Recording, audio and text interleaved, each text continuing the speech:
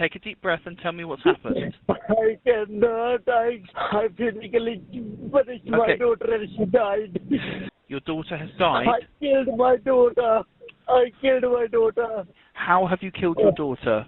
I beat her up. It wasn't my intention to kill her, but I beat her up too much.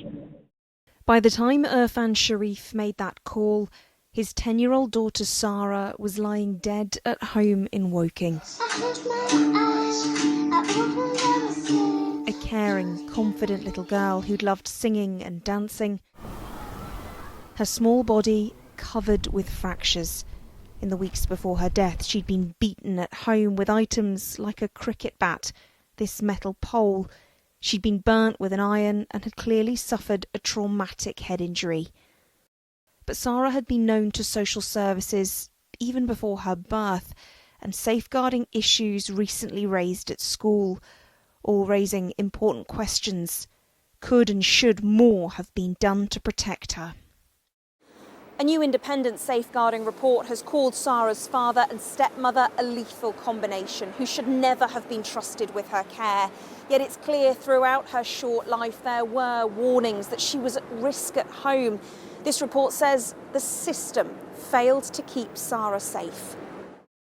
Amongst the key points and findings in this new report is the fact that the authorities knew Urfan was a serial perpetrator of domestic abuse, but that information was overlooked, not acted on, and underestimated by almost all professionals.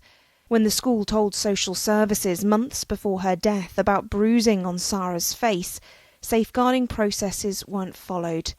Sara was then taken out of school. The reports found her father and stepmother used home education to keep her hidden from view, but social services failed to follow up with a home visit. And across the NHS, social services and education, there were failings to gather and share information, with opportunities lost to join up all the dots and recognise the dangers. The report also contains a number of local and national recommendations. For their own mistakes, Surrey County Council's chief executive has apologised. We will fully implement those recommendations where we haven't already done so, and we have already moved to improve our services. The report's very clear that the people that are responsible for the trauma that Sara suffered and ultimately her murder are in prison where they should be.